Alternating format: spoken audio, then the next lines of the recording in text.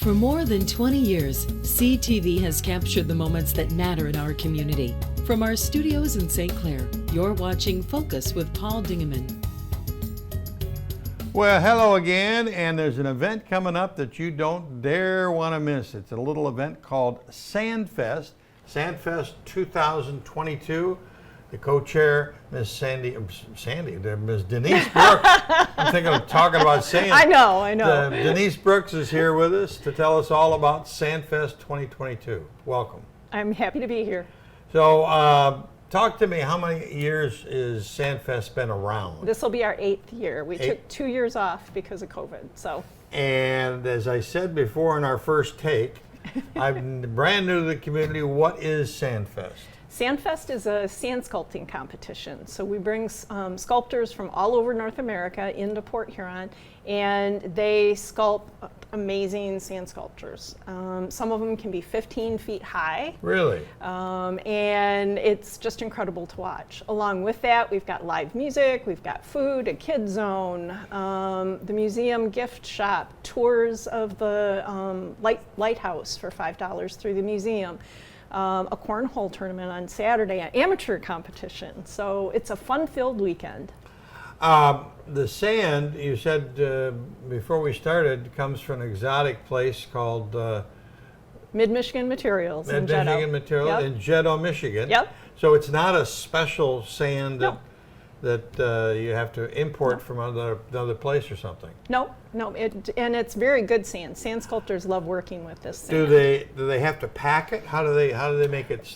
So the sculptures are basically sand and water. So as they build it, like imagine this is a 5-gallon bucket. Yeah. They would pack as much sand in and layer it and pour water in and let it soak in, pack more sand in, layer it. So it's compacted sand held together with water. And that's all they use. So they do what they call a pound up, and they'll use big plastic rolls to create the shapes, or they can use other things as well. They'll get their height, and then they sculpt whatever it is they're going to sculpt once they get the framework Does the together. committee assign what they're going to do, No. or do they do what they want to do? They can do whatever they want, and we've had some amazing sculptures over the years. Do these sculptors who travel around the country, do they do an American eagle in every town they go to because they like doing the eagle, or do they change it up a little bit? You know, we had a sculptor in 2019, amazing Walter McDonald, who is known for his castles. He's not going to be there this year, but most of the time people tend to change them up as they go to different events. They try new things. And how many stand We artists do you have? We have 16 sculptors. Wow. That will be there. Wow. So yeah, it's really cool to come in, and we have the welcome sculpture, and then you start looking around and you see all these beautiful sand sculptures, and they're under development during the weekend. So just so anyone who's listening, if you come on Friday, you're not going to see a finished sculpture. Okay. You're going to see the pound up and the initial design. So we have a lot of people that will come either Friday or Saturday and then come back Sunday to see the finished product. But that gives you a chance to experience the park, Absolutely. go to the lighthouse. Yep. They're working on the hospital. I wrote a story the the Fort other day. Hospital. They're going to be doing tours of that. So there's plenty else other things to Live do. music. Yep. Okay. Talk to me about admission, parking, those kinds of things. Okay. So admission is $6. 4 and under are free. Oh, that's nothing. Yeah. In these days, it's pretty cheap entertainment for what you're going to get. You can park in the area. There's limited handicap parking on site. But we recommend that people park at either SC4 near the Welcome Center or at Holland Woods Middle School, and we have either buses or trolleys that are doing regular wonderful. circuits. Wonderful. So it makes it a lot easier. So it's easier to park and load the family onto the trolley, and you get a trolley ride for experience too. Or a bus ride. Okay, or a bus ride. It depends on the day. So the price is cheap. You're going to have entertainment. You're going to have food. How can the public help you? how can the public help us? Come on out. Well, I mean, do you need volunteers? We do need some volunteers. If you go to our website, bluewatersandfest.com, you can see all the things that will be going on, and you can volunteer. You can sign up for the amateur competition. You can sign up for the cornhole tournament. You can get the list of our entertainment that's going to be there. So all of our information is on our website, or you can check our Facebook page. Okay. And what have I missed? Anything? What have you missed? It's a great weekend. Well, one thing to keep in mind, if it's raining, if it's like a sprinkly rain, still come on down. That's actually good for the sculptures. Yeah, because they can compact it some more. Well, and it moistens them back up. For the sculptures, it's actually harder if it's a 90-degree, windy, sunny day, because it starts to dry it out a little bit. So they have to keep moistening it. So don't let the weather deter you if we happen to have a sprinkly day. So I bring all this sand in, and you have a successful weekend. What happens on Monday? So what happens on Monday? The sand They all bulldoze gets it? shipped. Well, it gets all shipped back out to one of the local beaches. Okay. Last year it went to the Fort Gratiot County Park. Okay. So, But it's just got to be emotional to see these beautiful things. Do they get bulldozed? well, they do eventually, but actually Sunday night after the park closes, we've gotten into a habit of sculptors having the opportunity to do their own demolition. So we've had sculptors that have used hoses to try and see how long their sculpture will stand while they're putting holes through it. We've had smoke bombs. We've had a sculptor's kids be able to come up and climb on it and stuff. So they've kind of created their own rituals a little bit. It's so glad that it's here, but there aren't many sand sculptures around the country, I don't think. No, and they tend to be more on the East Coast and kind of in the Gulf and Florida area. Probably easier to get sand. Yeah, and I think people just more inclined. There was a new tournament or a competition this year in Michigan City, Indiana that Dave and I went to. So that was their first year. So kind of similar to what we're doing. But there's not many in the Great Lakes area in particular. Oh, good. Well, you've been involved in this thing since day one, so I want to salute you for that and invite everybody. What are the dates again? On August 5th, 6th, and 7th. Okay. So. All right. And the price was only $6? Cheap entertainment. Cheap entertainment. Her name is Denise Brooks. I got it right this time. And it's Sandfest 2022. And go on their website and you'll have all the information you need. It's a fun family event and just inexpensive and great for the kids. We'll be back with our next guest in just a second.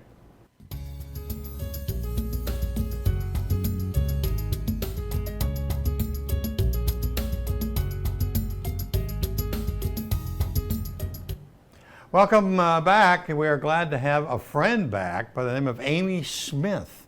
Recently retired, but then called back to work at St. Clair County Community Mental Health. Nice to see you. Nice to be here, Retirement Paul. is good for you. You're looking great. Why, thank you. Why, thank you. It's trying to find that balance of, becoming a couch potato and still being active. That will never happen to you. I hope not. You have a beautiful dog, a yellow lab that I see you walking around. How old is the dog now? She is now 3.5 years old. 3.5 years old. Yes, and I learned never to get a puppy because it has been a long 3 years, but she's good now.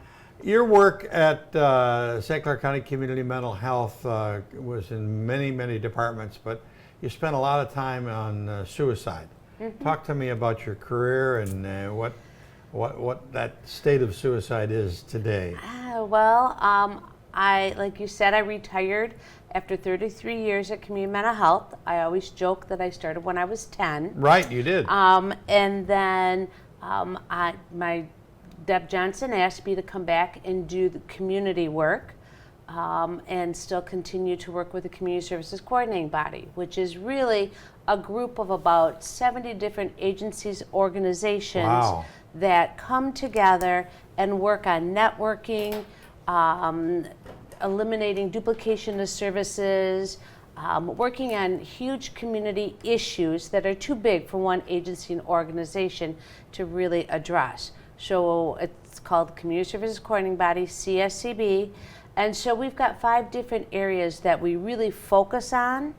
They are early childhood, adolescence, it's housing and homelessness.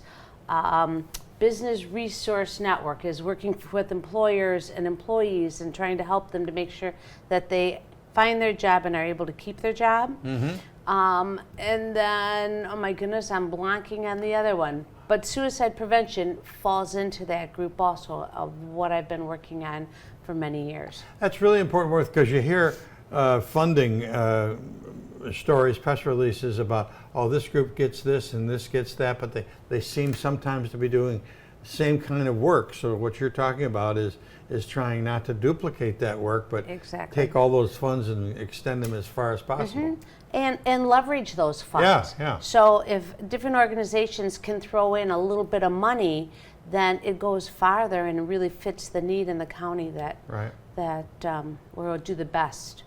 So Numbers of years ago, there was a real spike in suicides in youth.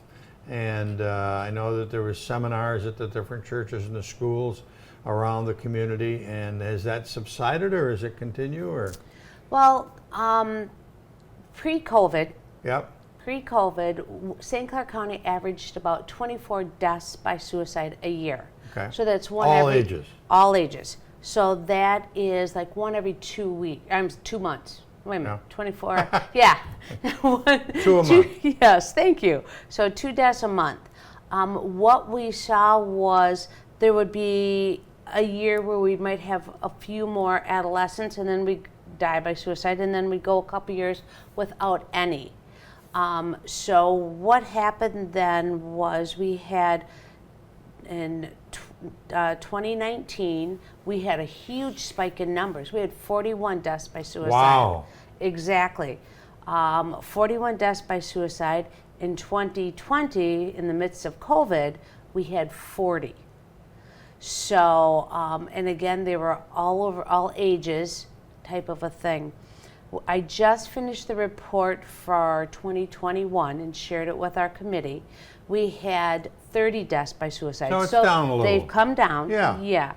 But the interesting trend was for 2021, of those 30, 14 were people 56 and older. So almost half were more, retirement age or senior citizens. Okay. Yes, we did have 3 adolescents in 2021 too. Were they directly related to COVID? To these people that had COVID, or you just don't know? I don't get that detail of information from the medical examiner's office. What I do know is all of our deaths year by year, so we have a baseline, was deaths in St. Clair County that our medical examiner's involved with. So that's what we count. So we don't count if we have a St. Clair County resident who goes off and ends up taking their life in Macomb or off at college or anything like that. Consequently, we also count people who come into the county and take their life. So not all of them are St. Clair County residents. I think in 2021 we had 2 that were not. So, but yes. So you hold seminars, you hold meetings, you try and encourage people. There are hotlines locally, hotlines nationally. We do a billboard campaign, so putting the number up. Our newest billboard campaign is really kind of geared towards seniors, and it says something along the lines of, if you've lost the meaning of life, we can help you find it. Okay. With the national helpline on it, which is manned by American Foundation for Suicide Prevention. Is that new number, 988? They are answering the phones with that 988 number, yes, which just went live, 2 weeks ago? Yeah. That's probably a long time coming, and maybe a good service to people. Yes. So actually I did a presentation last night for foster care parents on this very topic. And so when I was on the website, American Foundation for Suicide Prevention, AFSP's website, right at the top has a banner now, and it says, call 988 if you or someone you know is suicidal. So that it really, to make it that simple is really important, because at that time Exactly. you're discouraged, you're emotional, and to be able to look around and say, well, what was that Fine. number? yeah. That probably should help prevent some. Hopefully. tragedies. Now, I did mystery shop and call the national line, I think it was a year ago, because I wanted to know if we're Right. going to promote that number, is Right. it legit? And I was very impressed with the person that was on the other line, and talking with her, and the questions she asked, her patience and waiting for me to answer, and the resources, the St. Clair County resources that she provided for me were spot on. Good. And then when I told her that I was just mystery shopping and I was doing it on behalf of She our hung up on you. no, she didn't. She didn't want to hang up on me. She was like, "Are you sure you're okay? Are you sure there's nothing else that I can help you with?" Oh, that's wonderful. Yeah. Wonderful. So You gotta- please, if encourage people to use 988, or there's a text line too, 741-741. So if you Oh, don't, wow, that's simple. yeah, if you don't want to talk, via phone, you can text, Yep. and it's a clinician on the other end, and they answer those Just questions. type in help. Yeah. You got a couple events coming up. There's a walk to remember and a walk to prevent, both in October, but we wanted to get you in here early to let people know that they were going to happen and how to register, et cetera, et cetera. Right. This is our seventh annual. We took a Wonderful. year off of COVID, I would because of imagine. COVID, right? So we did hold it again last year. It's our annual Walk to Remember, Walk to Prevent Suicide. So the focus is really for people who've lost a loved one to suicide, because the stigma is so horrible that they oftentimes feel isolated or alone, or don't really have anybody to talk to, whatever. Yeah. So by bringing them together at East China Park, which is a beautiful setting for this Yeah. event, they can see that they're not alone. And so we encourage anyone who's a survivor, bring your family, bring your coworkers, create a team, schools come, that kind of a thing, so that then they get support. Is there a Again, charge for it? Nope, there's no charge. It's Walk to Remember, so you're remembering the life of the one you lost. Walk to Prevent Suicide. So we have resources there and different agencies and organizations that can help if you are struggling with, or somebody who's struggling with this issue. So And don't be embarrassed about it. exactly. You're not alone. Exactly. A lot of You people are have been not. through it. No, exactly. And so we want to encourage anyone who's interested to come out. If you want to volunteer, if you want Yeah. community hours, Yeah. we have for the students, we have opportunities to volunteer. How We've do switched they, from. How do they get a hold of you? I will give that in just a Okay. moment. But for many years we did a balloon launch. Yeah. So it was we have switched to a dove release. Oh, wonderful. We did it last year for the first time, and it was Beautiful. It was very beautiful and touching. So this year he's coming back, and he himself has been touched by suicide.